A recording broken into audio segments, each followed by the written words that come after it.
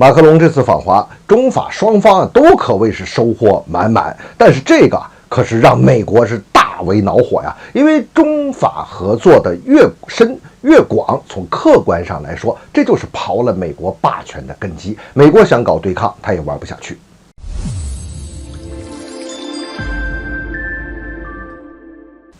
欢迎来到张斌观察，我是张斌。马克龙访华双方获得的成果咱们就不一一而说了。这咱们看一下中法联合声明那51条内容。哎呦，那你看看吧，涉及的领域有多广啊！你像政治领域、经济领域，还有包括金融军事还有包括美国一定要封堵中国、严厉封堵中国的高科技和航天这些领域呢，中法都会进行更广更深的各种合作，而且这个每一个合作点，那几乎都是让美国极为恼火的事情，这直接冲击到美国的霸权嘛。那有人就说了，说这个中法是不是要联手抗美啊？那倒是不可能是这么回事，客观上是起到这个作用。它为什么一开始我就说是从客观上中法的这种合作是刨了美国的霸权的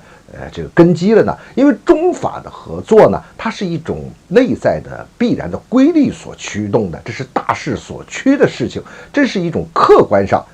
对美国霸权的一种冲击。我们来看几点这第一呢，你要说中法联手对抗美国，这肯定是谈不上的，因为毕竟法国和美国嘛，和西方他们在政治上的立场，在很多价值观上它是一致的，这个根本上来讲它还是一致的。第二一点呢，在这种一致性的同时，我们也要看到他们之间的矛盾也非常的深，非常的突出。这个矛盾不只是现实的矛盾，它还有历史上等等各种矛盾存在在里边。法国呢，又是要特别强调他自己的独立性。如果我们往深里去挖美国和法国之间的矛盾，其实就是美国继承的英国所谓昂萨海洋秩序，对以法国为代表的欧洲这个欧陆秩序之间的一种深刻的矛盾和冲突。这个东西它比所谓的政治、比意识形态、比现实的利益来的还要深刻一些。这种矛盾也是客观存在的，但并不能说因为这种矛盾，法国就会和中国联起手来去对抗美国，这肯定是不行的。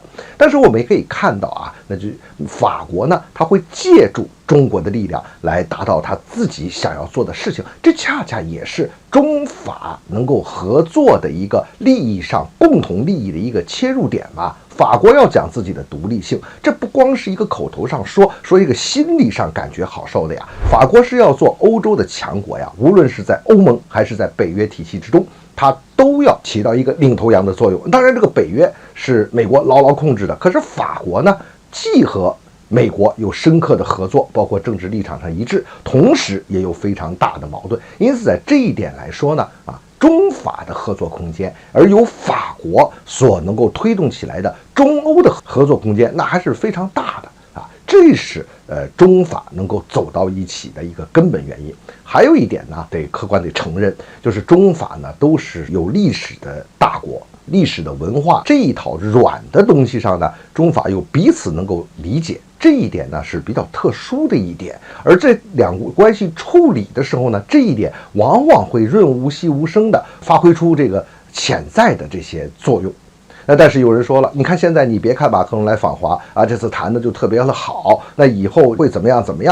也不见得中法这边就会能走多远，毕竟人家和美国还是在一起的。这话说的也没错，这也很正常嘛，因为各种政治上的变化，各种局势上的变化，它是非常难预测的，而且具体到一些政局的问题，他们的社会制度所引发的一些问题，这个谁也没法去预测